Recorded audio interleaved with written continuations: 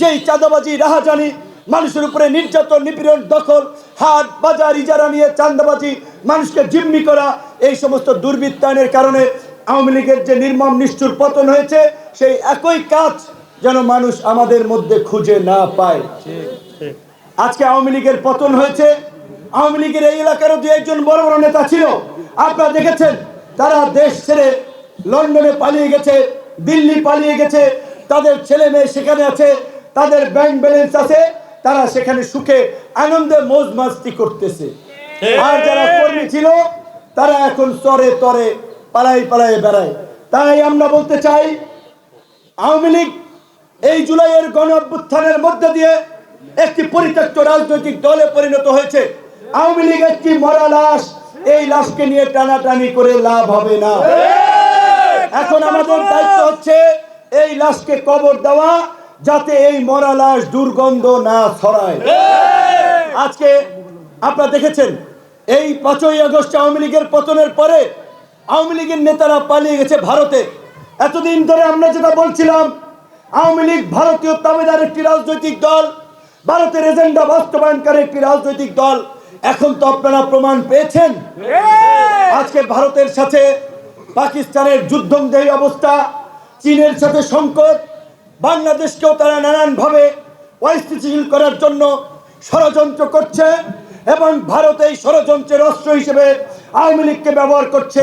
কাজী গ্রামগঞ্জের পাড়া মহল্লায় এই গণ অভ্যুত্থানের অংশীদার সকল রাজনৈতিক দল এবং নাগরিকদেরকে বলবো, আওয়ামী দুর্বৃত্তদের বিরুদ্ধে সচেতন থাকবেন, ঐক্যবদ্ধভাবে তাদেরকে প্রতিহত করবেন। তবে একই সাথে আমাদের সাধারণ সম্পাদক রাশেদ খান যেই কথাটি বলেছে, আমরা সেই কথাটি 5ই আগস্টের পর বলছি। এদেশে আওয়ামী লীগ এবং বিএনপি দুটো বৃহৎ রাজনৈতিক দল ছিল। অনেক সাধারণ মানুষ আওয়ামী লীগের এই সমস্ত অপকর্মের সাথে জড়িত না হলেও আওয়ামী লীগ সমর্থন করেছে কিংবা আওয়ামী লীগ করত। সেই সমস্ত নিরীহ মানুষ, সাধারণ মানুষকে অন্যায়ভাবে হয়রানি করা যাবে না, তাদের সাথে কেউ জুলুম করবেন না, তাদের উপরে কেউ নির্যাতন করবেন না, এটাও আমাদের আহ্বান। কিন্তু যারা এলাকায় উৎপাত করেছে, দখলদারি, চাঁদাবাজি করেছে, ভিন্ন মতের মানুষের উপরে হামলা করেছে, মামলা দিয়েছে, তাদের প্রশ্নে বিন্দু মাত্র ছাড় হবে না।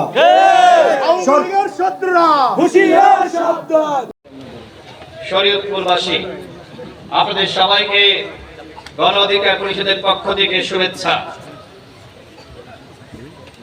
আমাদের আখতারুজ্জামান সম্রাট মাঝি আপনাদের এই এলাকার কৃতি সন্তান, ফ্যাসিবাদ বিরোধী আন্দোলনে আমাদের সাথেই ঢাকার রাজপথে লড়াই সংগ্রাম করেছেন।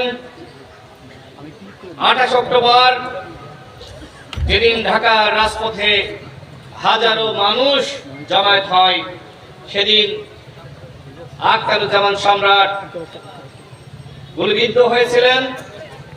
আপনাদের এই এলাকার সন্তান, বিভিন্ন সময় আমরা দেখেছি তিনি মানবিক কাজ করেছেন, মানুষকে নলকূপ, টিউবওয়েল উপহার দিয়েছে।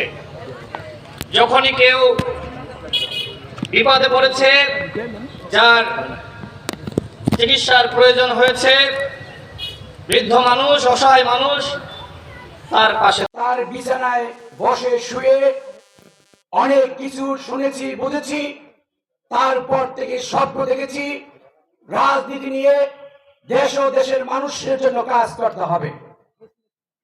প্রিয় সংগ্রামী ভাই ও বোনেরা, বক্তব্য আমি দেব না, বক্তব্য দিব আপনাদের সকলের প্রিয় নেতা, আমার শ্রদ্ধেয় বড় ভাই ডাকসুর বিপি নুরুল হক নূর সাহেব। আমি রাজপথে আন্দোলন সংগ্রাম করেছিলাম।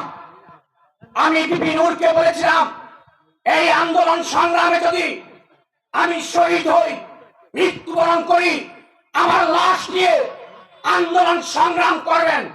যতদিন পর্যন্ত শেখ হাসিনার পতন না হবে, ততদিন পর্যন্ত আমার লাশ দাফন করবেন না। আমি বলেছিলাম, আমাকে যেই কোনো মুহূর্তে গুম করতে পারে, খুন করতে পারে। যদি আমি খুন হয়ে যাই, আপনি আমার অভিভাবক, আপনি আমার নেতা, আমার লাশটা আমার বাড়িতে আমার মায়ের কাছে পৌঁছে দিবেন। আন্দোলন এমনি এমনি হয়নি, আন্দোলন এমনি এমনি হয় না। শেখ হাসিনার পতন এমনি হয় নাই।